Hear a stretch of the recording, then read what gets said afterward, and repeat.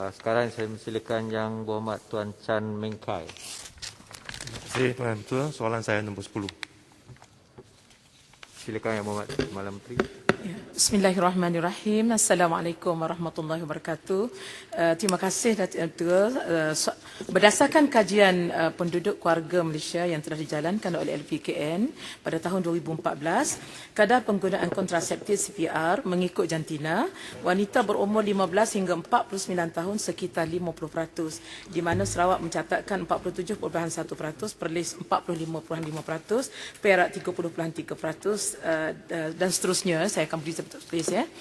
Dan begitu juga mengikut internet, China iaitu 62.1%, Melayu 50.6%, India 46.1%. Kadar CPR pula adalah lebih tinggi di kalangan mereka yang berumur antara 35 hingga 44 tahun berbanding dengan mereka yang lebih muda.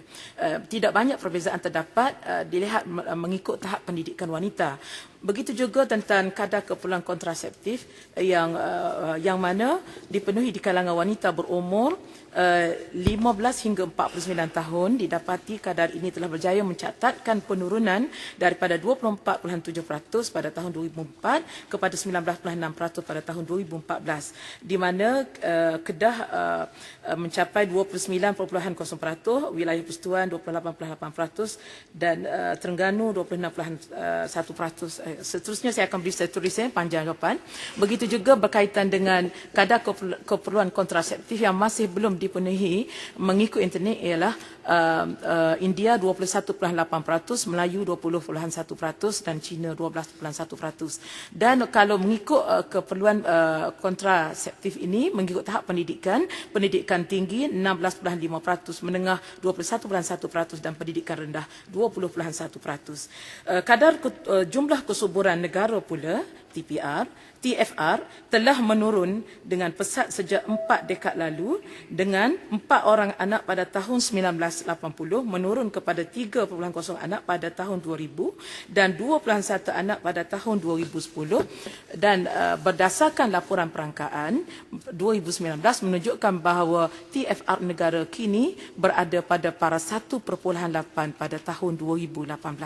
Jadi kadar jumlah kesuburan TFR ini mengikut negeri, yang paling terendah kadar kesuburannya adalah Pulau Pinang 1.3%, dan yang paling tinggi kesuburannya Kelantan 3.0 dan Terengganu 3.1%. TFR mengikut internet ialah Bumi Putera 2.4%, paling tinggi China, kaum China 1.1% dan India 1.3%. Tahniah Ketua, selain daripada mengambil langkah-langkah bagi mengurangkan kehamilan yang tidak terancam, Kementerian juga telah memberi tumpuan kepada kesihatan reproduktif di kalangan pasangan yang telah berkahwin dengan kita menyediakan 49 klinik Nur Sejahtera, begitu juga pusat keluarga bergerak, 15 buah pusat keluarga bergerak, dan begitu juga perkhidmatan keluarga di LPKN melalui atas talian.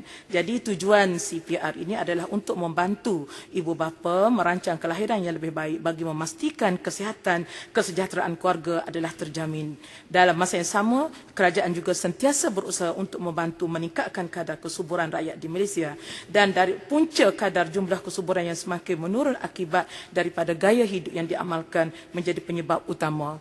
Dan kajian berasaskan klien LPPKM mendapati 40% lelaki tidak subur, 20% wanita tidak subur, 20% pasangan tidak subur dan 10% tidak pasti. Terima kasih. Terima kasih. Ada soalan tambahan? Ringkas ya? Terima kasih. Dan betul, terima kasih Timbalan Menteri. Saya mohon diberikan senarai yang terperinci. Timbalan Menteri, sebenarnya di antara negara-negara ASEAN, Malaysia ni di bahagian kontraseptif prevalence ni boleh kira yang paling rendah. Dan kita hanya lebih tinggi daripada negara-negara contohnya Afrika. Maka di sini saya nak tanya, kalau mengikut catatan dulu LPPKN, di mana kadar penerimaan perancangan keluarga, family planning, proporsional, Kelantan dan Terengganu mencatat kadar yang paling rendah. Tetapi saya tak berapa pasti kadar terkini. Saya minta kalau boleh Timbalan Menteri bagi senarai yang terkini dan juga jelaskan bagaimana kita boleh mempertingkatkan kadar penerimaan acceptance of the perancangan family planning ni bagi negeri-negeri yang rendah ni. Terima kasih. Terima kasih. Terima kasih. Data-data semua ada, kita akan bagi secara bertulis. Saya tidak baca sebab masa tidak mengizinkan. Dan kita lihat memang Terengganu mencapai 26.1%. Ya. Dan kalau kita lihat dari segala usaha-usaha yang kita buat, ialah kita memberi kesedaran terutama kepada keluarga ini untuk mereka mendapat maklumat supaya mereka yang mempunyai kesedaran tinggi, bagi mereka yang untuk mereka tidak merancang untuk hamil tapi tidak menggunakan sebarang kaedah ini supaya mereka lebih tahu bagaimana caranya. Jadi di samping itu kita mengadakan pelbagai program yang kita buat untuk kita memberi nasihat dan perkhidmatan selain daripada klinik LPPKN yang kita ada, program klinik Nil Sejahtera yang kita sediakan. Begitu juga kita mengadakan banyak program untuk kita memberi kesedaran kepada golongan ini. Jadi bersama juga dengan kerjasama daripada KKM, kerjasama juga daripada NGO untuk memastikan mereka ini mendapat maklumat yang tepat bagaimana untuk merancang keluarga mereka yang terbaik. InsyaAllah maklumat yang YB perlukan kita akan beri secara detail secara bertulis. Terima kasih. Terima kasih, Yang Berhormat.